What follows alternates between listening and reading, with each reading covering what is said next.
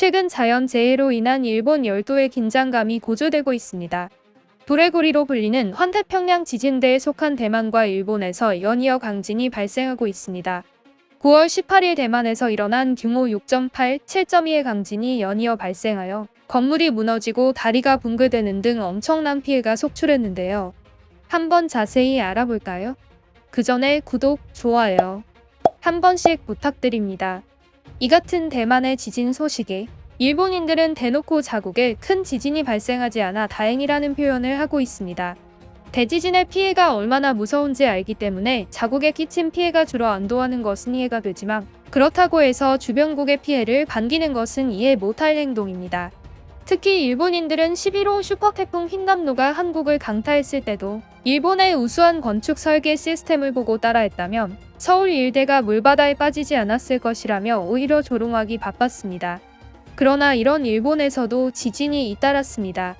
대만의 강진이 일어난 같은 날, 오키나와 서쪽 해역 178km 해역에서 규모 6.1의 지진이, 이어 같은 지역 179km 해역에서 규모 5.5의 지진이 발생했습니다.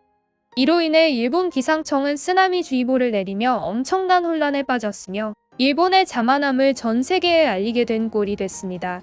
문제는 이러한 지진이 한두 개가 아니라는 사실입니다. 일본은 최근에도 규모 3에서 6의 크고 작은 지진이 하루 평균 5회 이상 발생하고 있는데요. 이는 일본 열도의 위치가 세계 지질 활동과 화산의 80에서 90%가 발생하는 도레고리에 포함되어 있어서입니다. 특히나 최근 들어 연쇄적으로 강한 지진이 브레고리에서 일어나고 있으며 심지어 인도네시아의 일리레오톨록이라는 화산도 잇따라 분화하기 시작했습니다.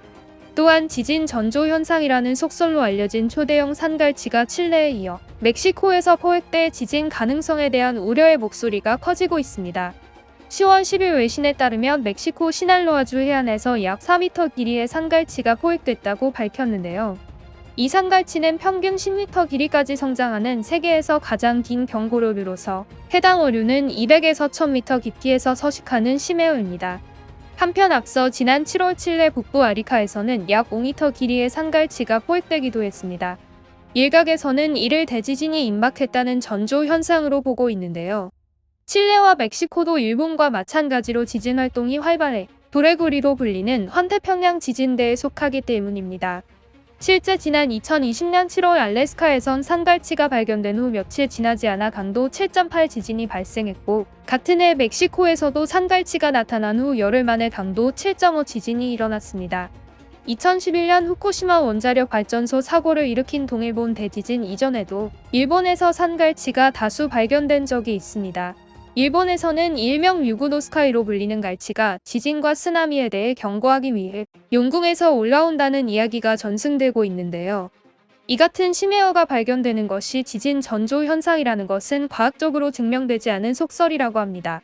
하지만 현재 과학기술로 정확한 지진 예측은 풀지 못한 숙제이기 때문에 일본을 포함한 브레고리에서는 이런 소식조차 가볍게 넘길 수 없는 상황입니다. 우리나라의 주변국인 중국도 안심하기엔 이릅니다. 최근 중국은 유례없는 폭염과 가뭄을 겪으면서 이상기후로 몸살을 앓고 있습니다. 충칭의 낮 최고 기온이 섭씨 45도를 기록하는 등 유례없는 폭염이 석 달 가까이 지속되고 있는 반면 강우량은 예년의 절반에도 못 미치면서 가뭄 피해가 극심합니다. 중국의 올해 폭염과 가뭄은 기상 관측을 시작한 1961년 이후 가장 지속 시간이 길고 피해 범위도 넓습니다. 대륙의 젖줄이라 불리는 양쯔강의 수위는 157년 만에 최저치를 기록했고 중국 최대의 담수호 포영호의 면적도 5분의 4가 줄어들었습니다.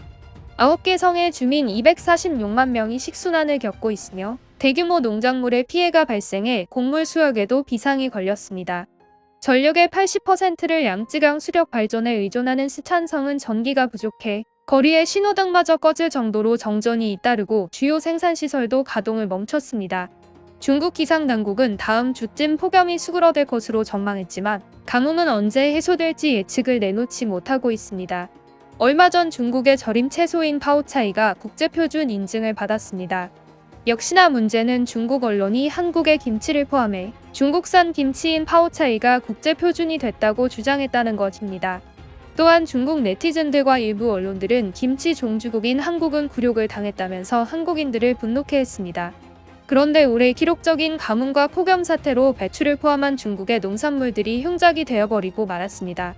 아리랑, 한복에 이어 김치까지 중국의 것이라고 억지를 부리는 모습에 정작 자신들의 땅에서 역대급 가뭄과 폭염이 발생할 줄은 몰랐는지 이러한 역풍이 불고 만 것입니다.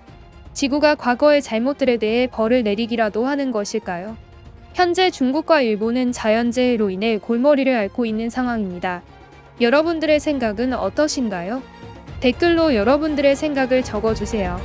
지금까지 비타뉴스였습니다. 시청해주셔서 감사합니다.